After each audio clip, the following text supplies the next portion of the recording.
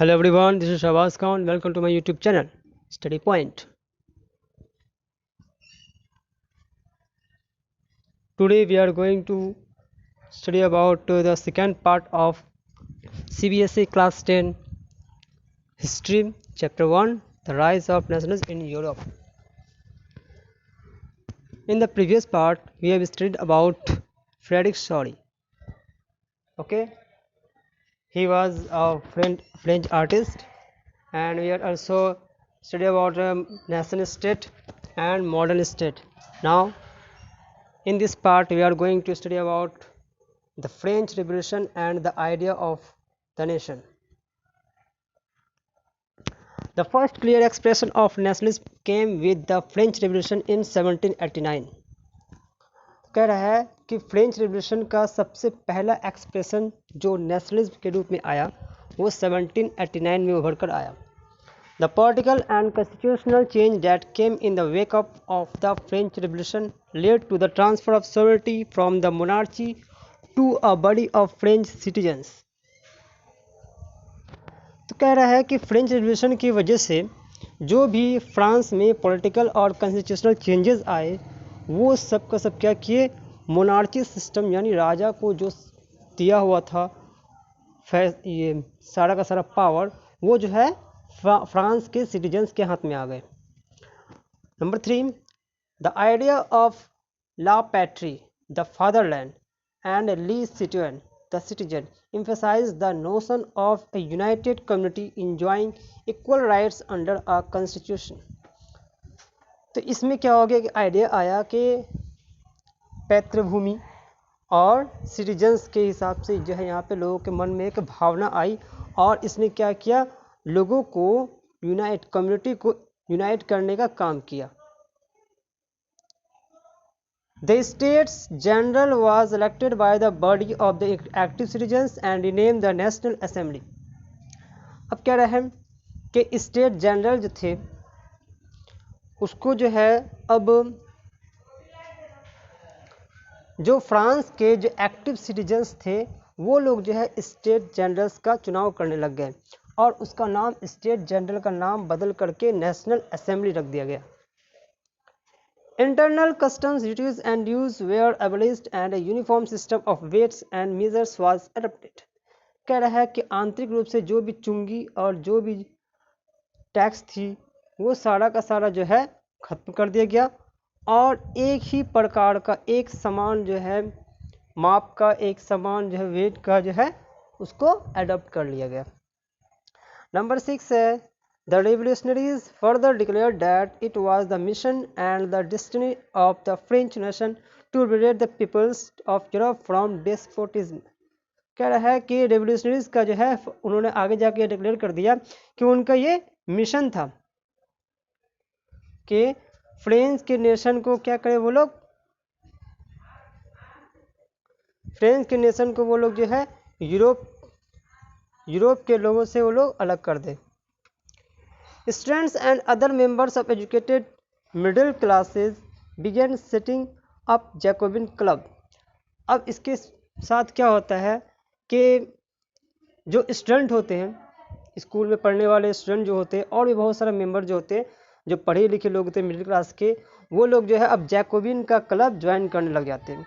तो Jacobin club क्या था, ये जो है नेशनल असेंबली का जो है ये नेशनल असेंबली को ये पसंद करने वाला था और ये नेशनल असेंबली चाहता था कि फ्रांस में नेशनल असेंबली का ही वर्चस्व रहे. तो मतलब सीधा तौर पर हम कह सकते हैं कि मोनार्की सिस्टम को ख़त्म करने का श्रेय जो है वो जैकोबिन क्लब को था, इसलिए लोग जो जैकोबिन क्लब ज्वाइन कर रहे थे. Their activities and campaign prepared the way for the French armies which moved into Holland, Belgium, Switzerland and much of Italy in the 1790s.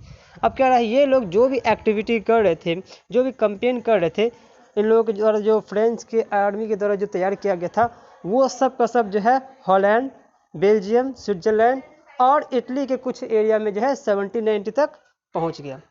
The French armies began to carry the idea of nationalism abroad. अब France के army जो है वो अपने देश से बाहर भी जो है इस आइडिया को, नेशनलिज्म के आइडिया को ले जाने लग गए. Through a return to monarchy Napoleon had no doubt destroyed democracy in France, but in the administrative field he had incorporated revolutionary principles in order to make the whole system more rational and efficient. अब कह रहा है कि ये Jacobin club के बाद क्या होता है कि जब जैकोबिन जो है वो उसका खात्मा हो जाता है और नेपोलियन का फ्रांस में दबदबा बन जाता है, नेपोलियन वहाँ का राजा बन जाता है, तो नेपोलियन क्या करता है, फिर से फ्रांस में मोनार्ची सिस्टम वापस ले आता है।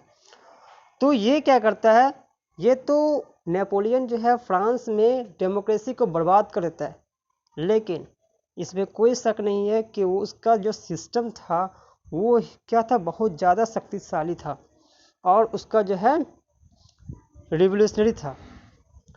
The civil code of 1804, civil code जो है ये नेपोलियन ने जो है इस कोड को लागू किया था 1804 में, इसको हम लोग नेपोलियन कोड भी कह सकते हैं। Did away with all privileges based on birth, establish equality before the law and secure the right to property. इन्होंने सिविल कोड जो लाया 1804 में, नेपोलियन कोड जिसे कहते हैं, उन्होंने क्या किया कि जन्म के पहले क्या था कि जन्म के अनुसार लोगों को जो प्रिविलेज मिले हुए थे, यानी जो बड़े फैमिली में अगर जन्म लेता है तो उसको जो है बड़े फैमिली में जन्म लेने की वजह से जो है बचपन से ही उनको पावर, उनके राइट्स ज़्यादा हो जाते हैं, ठीक है। लेकिन इन्होंने क्या किया, सिविल कोड लाकर क्या किया, इन सारे लॉ को इक्वल कर दिया कि हर कोई क्या होगा, लॉ के सामने, कानून के सामने सब कोई बराबर होंगे और सब पर प्रॉपर्टी का अधिकार होगा। ये किसने किया था, नेपोलियन ने किया था।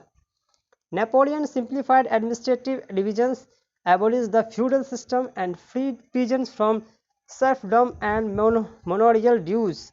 कह रहा है नेपोलियन जो है एडमिनिस्ट्रेटिव डिवीज़न को बहुत ही सिंप्लीफाई कर दिया, जितने भी फ्यूडल सिस्टम थे उन सबको जो ख़त्म कर दिया और गरीबों को जो है सर्फडम और मोनोरियल ड्यूज से मुक्त दिला दिया, यानी उसके ऊपर जितने कर्ज थे सारे उसने माफ़ कर दिए। नेक्स्ट है transport and communication system were improve. Napoleon ने क्या किया कि ट्रांसपोर्ट सिस्टम को और कम्युनिकेशन सिस्टम को इम्प्रूव किया।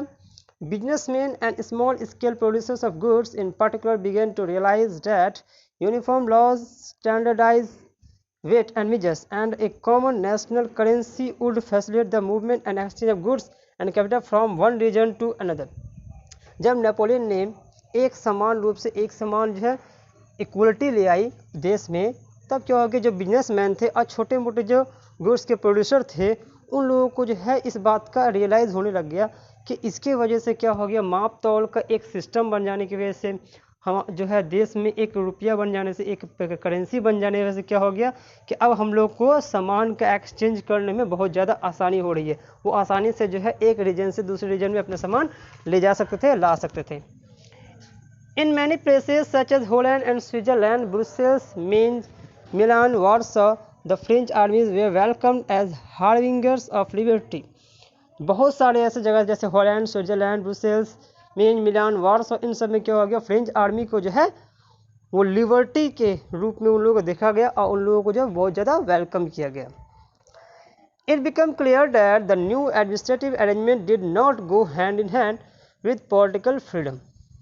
तो इसका मतलब क्या हो गया कि ये जब बात क्लियर हो गई कि एडमिनिस्ट्रेटिव अरेंजमेंट जो है उन्होंने ऐसा लागू कर दिया कि अब ये जो है पॉलिटिकल फ्रीडम जो है लोगों के पास नहीं जाने वाली, मतलब सबको जो एक समान रूप से अब देखा जाने वाला है।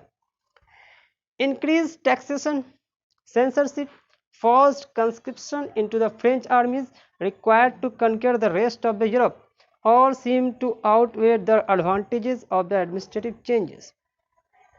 ओके, तो ये था हमारा the French revolution and the idea of the nation. Okay, अब हमारा नेक्स्ट टॉपिक है the making of nationalism in Europe. The making of nationalism in Europe, Germany, Italy and Switzerland were divided into kingdoms, duchies and cantons whose rulers had their autonomous territories। कह रहा है कि Germany, Italy और Switzerland जो है उस समय जो बहुत सारे किंगडम्स में बटे हुए थे डूचीज में बटे हुए थे, कैंटोन से बटे हुए थे, और वहाँ के जो अपने अपने राजा होते थे जो ऑटोनोमस होते थे। ओके, मतलब वो अपनी मनमानी करते थे, वो किसी की नहीं सुनते थे।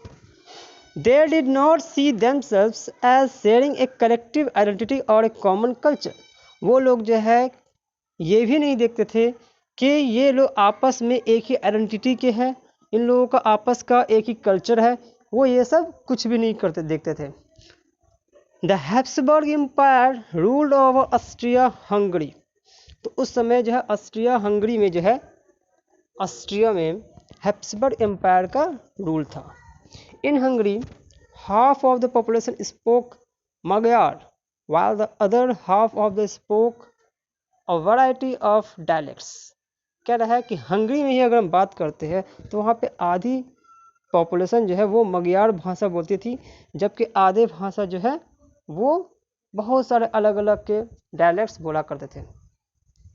Besides these three dominant groups, there also lived within the boundaries of the empire। कह रहा है कि अगर हम इन तीनों ग्रुप्स के बारे में छोड़ दें तो इसके अलावा भी बहुत सारे ऐसे थे जो बाउंड्रीज में रहा करते थे। The only tie binding these diverse groups together was a common allegiance to the emperor। Okay, तो ये कॉमन अगर हम कहें कि ऐसी कौन सी बात थी जो इन लोगों को आपस में जोड़ के रखी हुई थी, तो वो सिर्फ एक ही था कि वो लोग जो है एक ही एम्परर से बिलोंग करते थे, एक ही एम्परर के अंदर में उन लोगों को रहना पड़ता था, यही उन लोगों को बाइंड करके रखी हुई थी। तो आज के लिए मैं इतना ही रखता हूँ। वीडियो कैसा लगा कमेंट में ज़रूर लिखिएगा। वीडियो को लाइक कीजिए, शेयर कीजिए, चैनल को सब्सक्राइब कीजिए और बेल आइकन को दबाना मत भूलिएगा। Okay, thank you.